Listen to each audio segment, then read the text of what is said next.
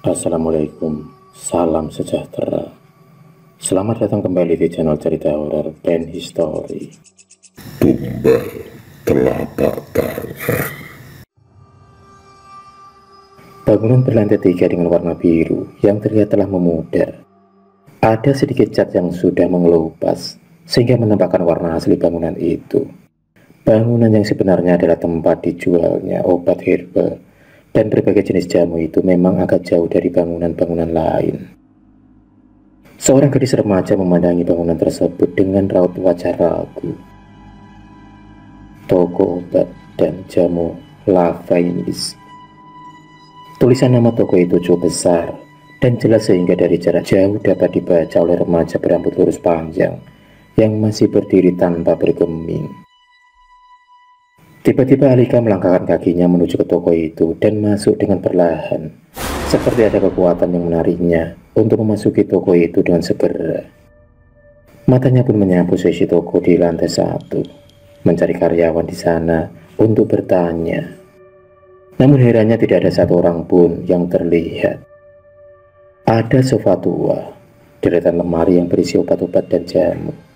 Meja kecil yang di atasnya ada sebuah buku kecil lengkap dengan pena hitam. Dan ada televisi kecil di atas salah satu lemari obat yang tepat menghadap jendela. Suasana saat itu sangat sepi, hanya jelas jarum jam yang terdengar. Gadis remaja bernama Alika itu pun merasakan suatu ganjalan. Belum ada juga tanda-tanda keberadaan seseorang di sana. Alika kemudian memutuskan untuk duduk sebentar sambil menunggu. Sofa berwarna coklat gelap yang sekarang diduduki Alika sudah dimakan usia. Kulitnya banyak yang sudah terkelupas dan sofa itu tidak cukup empuk lagi bagi Alika. Alika masih tetap menunggu. Ia berpikir mungkin pemilik toko ini sedang tidur siang di lantai 2 atau lantai 3. Karena di jam tangannya memang menunjukkan tepat pukul 2 siang. Akhirnya Alika pun mengantuk juga. Alika berdiri untuk melihat keadaan di luar toko. Dari kejauhan, dilihatnya ada seorang gadis dengan selendang berwarna ungu. Alika menduga usia gadis itu sekitar 21, seperti dirinya. Melihat ada orang lain selain dirinya, membuat Alika cukup lega. Tiba-tiba gadis berselendang ungu tersebut sudah di depan pintu toko dan masuk menyapa Alika.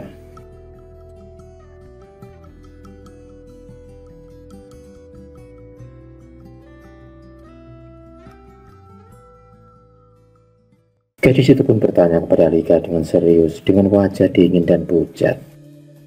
Gadis itu menanyakan apakah di sini menjual telapak tangan.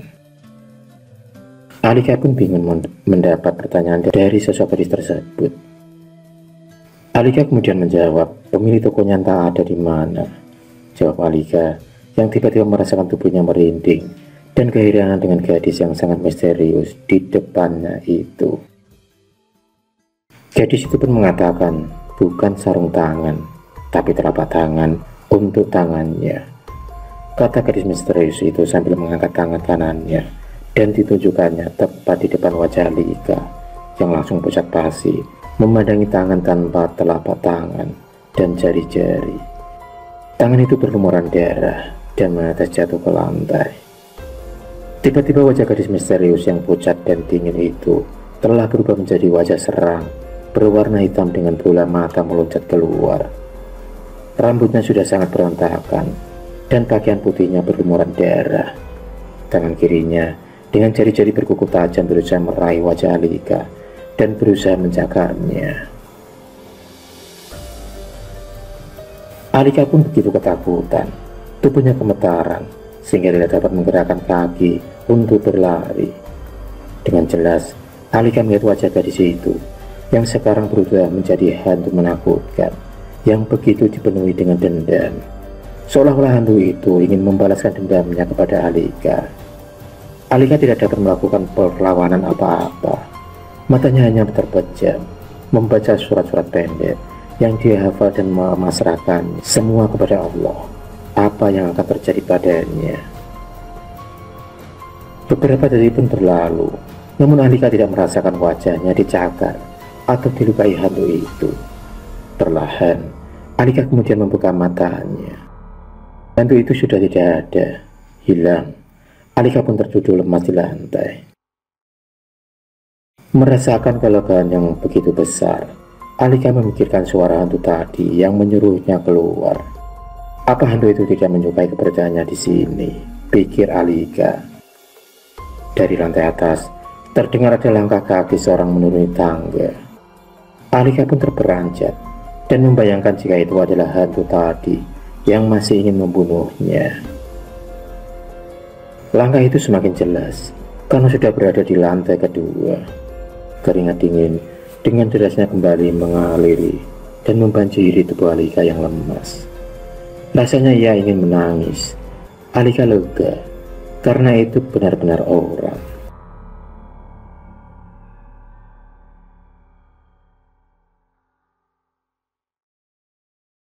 Setelah kurang lebih dari 1 jam Pamir memberi penjelasan kepada Alika, dia pun langsung kembali ke lantai 3 untuk beristirahat. Pamir menyuruh Alika hari ini untuk menginap saja. Esok hari baru diperbolehkan untuk pulang pergi. Pamir berpesan kepada Alika agar bisa menempati kamar di lantai 2 dan dilarang naik ke lantai 3. Sebenarnya Alika keberatan untuk menginap karena dia sangat tak nyaman dengan kondisi di toko itu.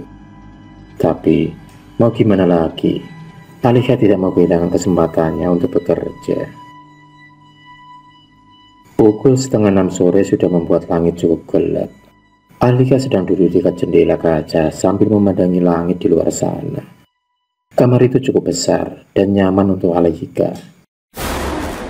Tempat tidurnya empuk dan ada kamar mandi dengan keramik berwarna hijau, warna kesukaannya.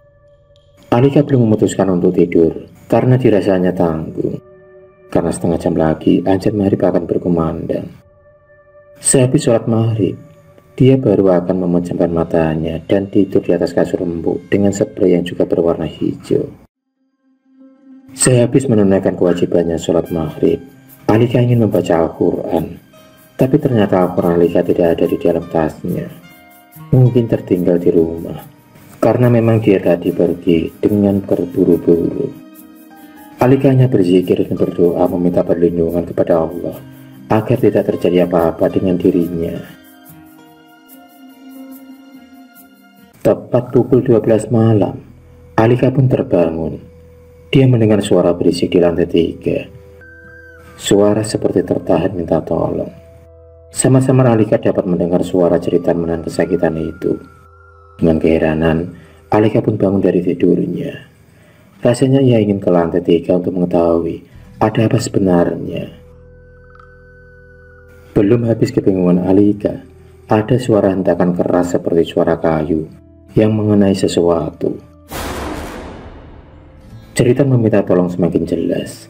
Alika tidak bisa hanya duduk dan mendengarkan. Dia ingin tahu apa yang terjadi di atas. Tak peduli larangan dari Pamir yang tidak memperbolehkan dirinya menuju ke lantai 3. Dia pun berpikir, pasti ada yang tidak beres dengan sesuatu di lantai 3. Dengan langkah pelan, Alika kemudian menaiki tangga tersebut. Tubuhnya sedikit gemetar karena takut. Tapi niatnya untuk menolong orang yang berulang kali menjerit tadi membuat Alika berani.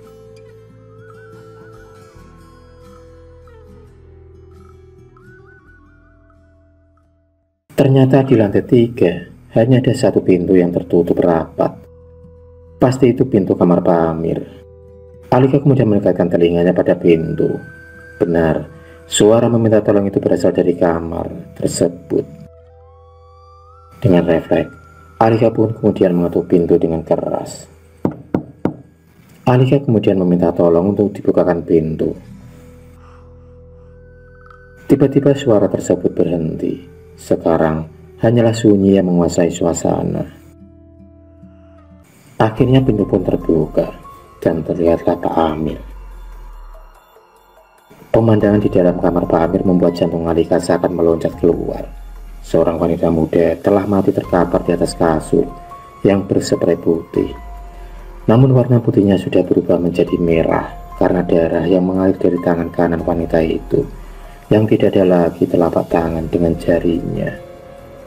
Tepat di atas bantal, telapak tangan yang terpisah itu seolah dibungkus plastik bening yang kotor oleh darah yang masih keluar sedikit demi sedikit. Seketika Pak Amir menarik tangan kanan Alika dengan sangat kuat. Diambilnya pisau besar dan tajam yang masih berlumuran darah segar dari atas meja, kemudian mengarahkannya ke tangan Alika, berusaha memotong tangan Alika dengan kesetanan. Alika kemudian menendang tepat di bawah perut Pak Amir dan dia bisa terlepas dari cengkeraman tangan manusia tak berarti tersebut. Cepat-cepat Alika pun berlari menuruni tangga sampai ke lantai paling bawah. Pintu keluar terkunci. Alika pun ketakutan. Ia ingin segera keluar dari toko itu, tapi semua pintu terkunci. Jendela kaca sudah dipecahkan, namun terali besi menghalanginya untuk bisa keluar. Dia kemudian menjerit-jerit meminta pertolongan, berharap ada orang lewat dan mendengar ceritanya. Tapi keadaan di luar sangat gelap dan sunyi. Alika hanya bisa menangis membayangkan sebentar lagi Pak Amir akan memotong tangannya, yang pasti akan mengenai urat nadinya, dan pada akhirnya nasibnya akan sama seperti wanita yang tadi dilihatnya, mati dengan tak layak. Terdengar langkah Pak Amir menuruni tangga sambil memanggil-manggil namanya. Kini Pak Amir berada di hadapannya dan siap-siap mengeluarkan pisau tajam ke arah tangan Alika. Alika berhasil mengelak. Hanya lengannya sedikit tergores dan mengeluarkan darah segar. Alika kemudian berlari menghindar ke arah belakang sambil menahan darah yang keluar dari lengannya dengan sapu tangan. Dia terus berdoa dan berdoa. Hanya Allah yang dapat menolongnya. Ia yakin itu. Jika memang harus mati, itu berarti sudah takdir baginya.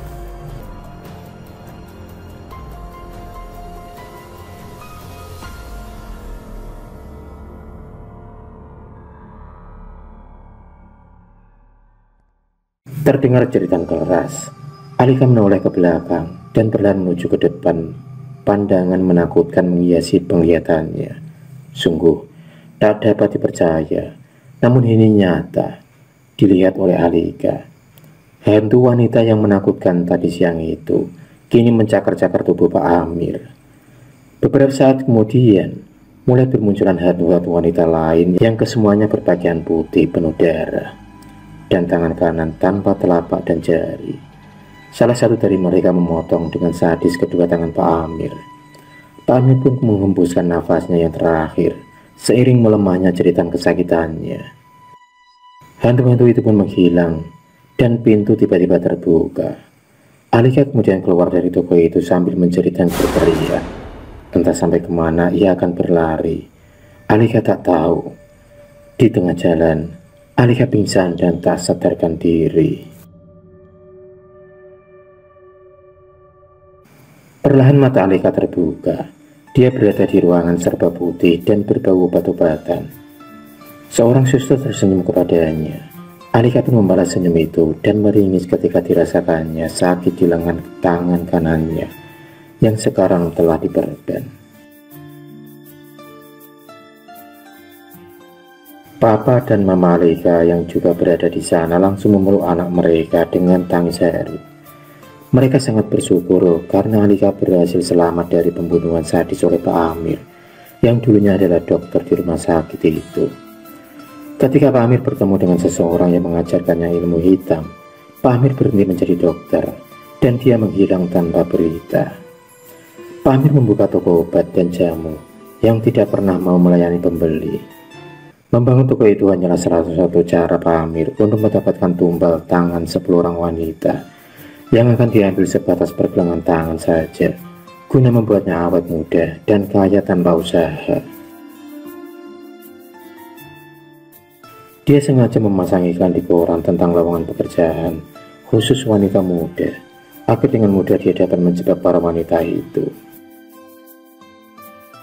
Ajaran sesat yang didapat Pak Amir dari seseorang yang sekarang entah ada di mana itu membuatnya kehilangan akal sehat dan berakhir tragis terhadap dirinya sendiri.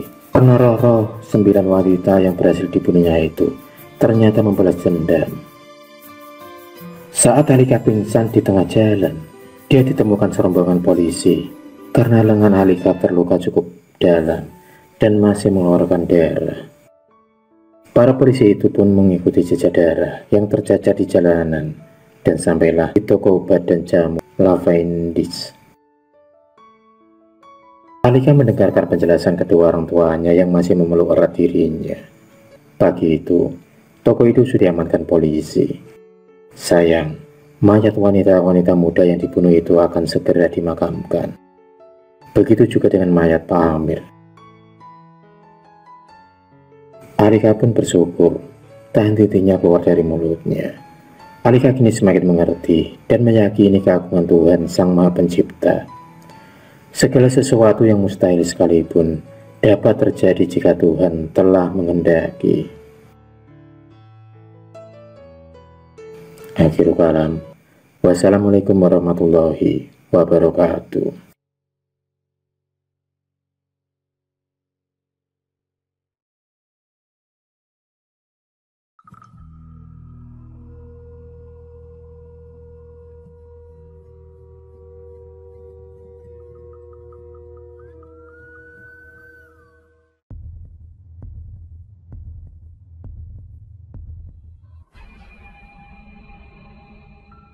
Terima kasih sudah menonton video cerita bergambar ini. Klik subscribe untuk terus mendapatkan video-video cerita bergambar selanjutnya. Semangat berkarya.